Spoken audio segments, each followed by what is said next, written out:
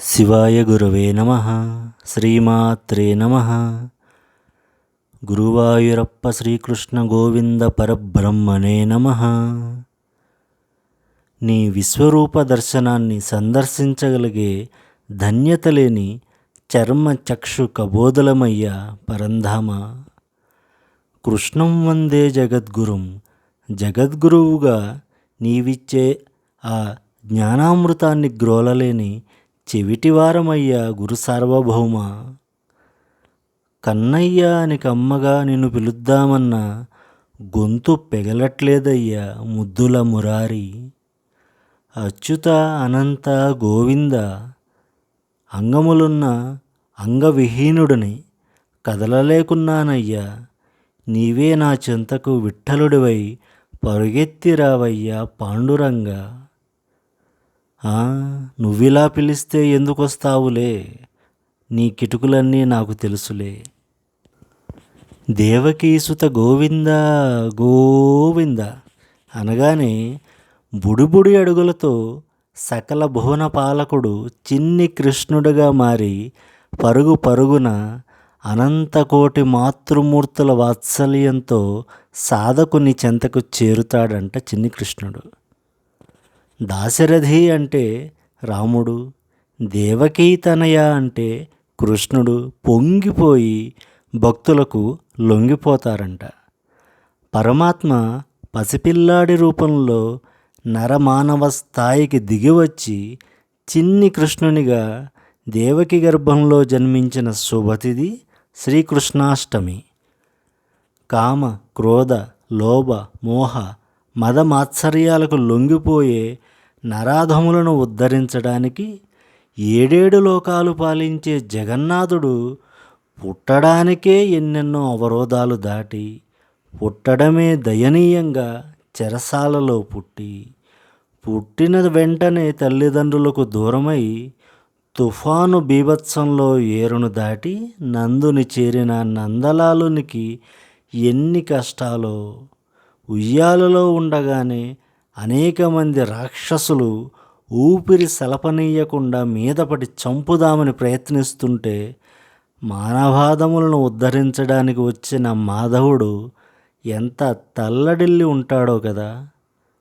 దుష్టజన సంహారం కోసం, శిష్టజన రక్షణ కోసం గోపాల పాలకుడు పడినన్ని పాట్లు ఎవ్వరూ పడి ఉండరు. అందుకే ఆ యశోదాతనయుని ఆ చిన్ని కృష్ణుని రూపాన్ని తలుచుకుంటే మనకున్న సమస్యలు కూడా చిటికలో తీర్చేస్తాడట. ఆయన బాలునిగా పడ్డ కష్టాలతో పోలిస్తే మన బాధలు, సమస్యలు ఒక లెక్కలోనివా? ప్రస్తుతం ఏ ఇంట్లో చూసినా పిల్లలతో ఇబ్బంది పడని తల్లిదండ్రులు లేరంటే అతిశయోక్తి లేదు. సరిగ్గా చదవట్లేదనో, చదివింది గుర్తుండట్లేదనో, పిల్లలు మాట వినట్లేదనో, చెడు సహవాసాలతో ఇబ్బంది పెడుతున్నారనో, ఇలా రకరకాలుగా పిల్లల సమస్యల్ని ప్రస్తావిస్తున్నారు. ఇక ఆటిజం, హైపర్ యాక్టివ్ పిల్లల సమస్యలు, ఆ తల్లిదండ్రుల బాధలైతే వర్ణనాతీతం. ఇటువంటి సమస్యలు ఉపశమించి పిల్లలు సరైన దారిలో రావడానికి దేవకీ తనయుని శరణు వేడడమే ఉత్తమమైన మార్గం. ప్రళయ భీకరమైన పరిస్థితుల నుంచి వసుదేవుడు తన బిడ్డడై వచ్చిన వాసుదేవుని ఆయన ఆజ్ఞతో నదిని దాటించిన విధంగా సాధకులు తమ బిడ్డల ఉజ్వల భవిష్యత్తు కోసం ఎదురయ్యే ఆటుపోట్లని అధిగమించి ఒడ్డుకు చేరాలంటే కృష్ణాష్టమి రోజు దేవకి తనయుని రూపంలో కృష్ణ సాధన చేయాల్సి ఉంటుంది. కృష్ణాష్టమి రోజు సూర్యాస్తమయం తర్వాత ఈ సాధనని ప్రారంభించాలి. ఇది 5 రోజుల సాధన. దేవకి వసుదేవులతో ఉన్న కృష్ణుని ఫోటో డిస్క్రిప్షన్లో ఉంచుతాను. అది కలర్ ప్రింట్ తీసుకొని సాధనలో ఉంచుకోండి. మౌళి దారం మన పూజా సామాన్ షాప్లో దొరుకుతుంది. ఆ దారాన్ని తెచ్చి ఉంచుకోండి. అది మీ బాబు లేదా పాప కుడి చేతి మణికట్టుకి సరిపోయే విధంగా కట్ చేసుకొని ఆ ఫోటో ముందు ఉంచి కుంకుమ వేయండి. ఆవు నెయ్యితోటి దీపారాధన చేయండి. ఆవు పాలు నివేదనగా పెట్టండి. ఆ పాలను జపం అయిన తర్వాత మీ పిల్లలకి త్రాగించండి. 5 రోజుల సాధన అయిపోయిన తర్వాత ఆ మౌలి దారాన్ని మీ పిల్లలకి కట్టండి. ఎంతమంది పిల్లలు ఉంటే అన్ని దారాలు ఫోటో ముందు ఉంచండి.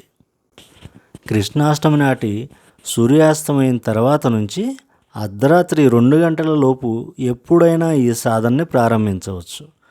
శుచిగా ఉతికిన పంచె కండువా, స్త్రీలు సాంప్రదాయ దుస్తులు ధరించి తూర్పు లేదా ఉత్తర దిశను చూసేలా మీ పూజా మ్యాట్ వేసుకుని దానిపైన కూర్చోండి. మొదట గణపతిని ప్రార్థించి గం గణపతయే నమః అని 11 సార్లు జపించి గురుమంత్రం లేదా సిద్ధగురు మంత్రాన్ని 108 సార్లు జపించుకోండి.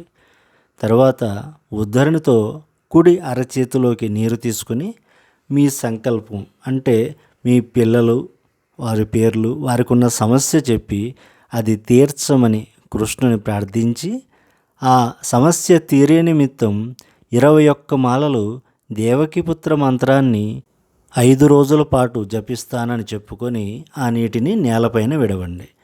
తర్వాత న్యాస విధులు తెలిసినవారు, నా ద్వారా ప్రత్యక్షంగా తెలుసుకున్నవారు ఇక్కడ చెప్పే విధంగా అంగన్యాస కరన్యాసాలు చేయండి. ఇవి తెలియని వారు ఈ పార్ట్ స్కిప్ చేయవచ్చు. కరన్యాసం: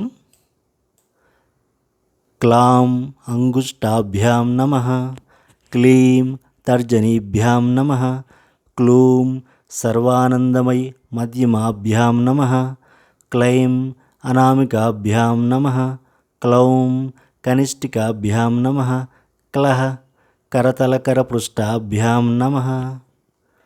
అంగన్యాసం: క్లాం హృదయాయ నమః, క్లీం శిరసే స్వాహ, క్లూం సర్వానందమయి శిఖాయై వషట్, క్లైం కవచాయ హుం, క్లౌం నేత్రత్రయాయ వౌషట్, క్లః అస్త్రాయ ఫట్. ఈ విధంగా న్యాసాదులు పూర్తి చేసిన తరువాత ఇప్పుడు ఉపదేశించే మంత్రాన్ని స్ఫటిక లేదా తులసిమాలతోటి జపించండి. అవి లేకుంటే రుద్రాక్షమాలతో జపించండి. నిత్యం 21 మాలలు అంటే 21 × 108 2280 సార్లు జపించాల్సి ఉంటుంది. 5 రోజులు చేయడానికి వీలు పడని వారు కనీసం కృష్ణాష్టమి ఒక్కరోజైనా తప్పకుండా ఈ సాధన చేయండి. మంత్రం ఉపదేశిస్తున్నాను, వెన్ను నిఠారుగా ఉంచి నాతో పాటు 3 సార్లు ఉచ్చరించండి. ఇదే ఉపదేశం: ఓం క్లీం దేవకీపుత్రాయ హుం ఫట్. ఓం క్లీం దేవకీపుత్రాయ హుం ఫట్. ఓం క్లీం దేవకీపుత్రాయ హూం ఫట్. ఈ విధంగా కృష్ణాష్టమి రోజు మొదలుపెట్టి ఈ సాధనని 5 రోజుల పాటు చేయండి. వీలు లేకుంటే కనీసం ఆ ఒక్క పర్వదినం రోజునైనా ఈ సాధన చేసి చిన్ని కృష్ణుని అనుగ్రహంతో మీ పిల్లలు సరైన దారిలోకి రావడానికి ఈ సాధనని చేయండి. సాధన పూర్తి అయిన తర్వాత ఆ మౌలి దారాన్ని పిల్లల చేతికి కట్టండి. మరీ బిగించి కట్టకుండా కొంచెం వదులుగా కట్టండి. 40 రోజుల తర్వాత ఆ మౌలిని తీసేసి ఎక్కడైనా చెరువు లేదా నదిలో కలిపివేయండి. నిత్యం నిద్ర లేవటమే ఏదో ఒక సమస్యతో రోజుని మొదలుపెట్టేవారు నిత్యం నిద్ర లేవగానే కృష్ణాయ వాసుదేవాయ హరయే పరమాత్మనే ప్రణతః క్లేశనాశాయ గోవిందాయ నమో నమః అని ఒక 3 సార్లు చదువుకొని దినచర్య మొదలు పెట్టుకోండి. అంతా శుభమే జరుగుతుంది. ఇక ఏదైనా న్యాయబద్ధమైన కోరికలతో కృష్ణాష్టమి సాధన చేయాలి అనుకునేవారికి మరొక మంత్ర సాధనని ఇదివరకే తెలియజేసి ఉన్నాను. ఆ లింక్ డిస్క్రిప్షన్లో ఉంచుతాను. కోరికలు తీరడానికి ఆ సాధనని కృష్ణాష్టమి పర్వదినాన్న చేయవచ్చు. కృష్ణాష్టమి రోజే మహాకాళి జయంతి కూడా.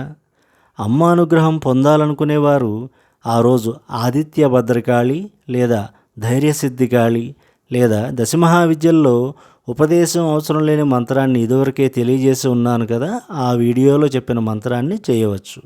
వాటి లింక్స్ డిస్క్రిప్షన్లో ఉంచుతాను. ఆసక్తి ఉన్నవారు అమ్మ అనుగ్రహం కోసం ఆ సాధనలు కూడా ఈ కృష్ణాష్టమి ఒక్క ఒక్కరోజైనా చేయడం మహా విశేషంగా చెప్పవచ్చు. శ్రీకృష్ణ పరబ్రహ్మణే నమః. మహాకాళికాంబాయై నమః. శుభమస్తు. శంభవే గురవే నమః. శ్రీమాత్రే నమః. స్వస్తి.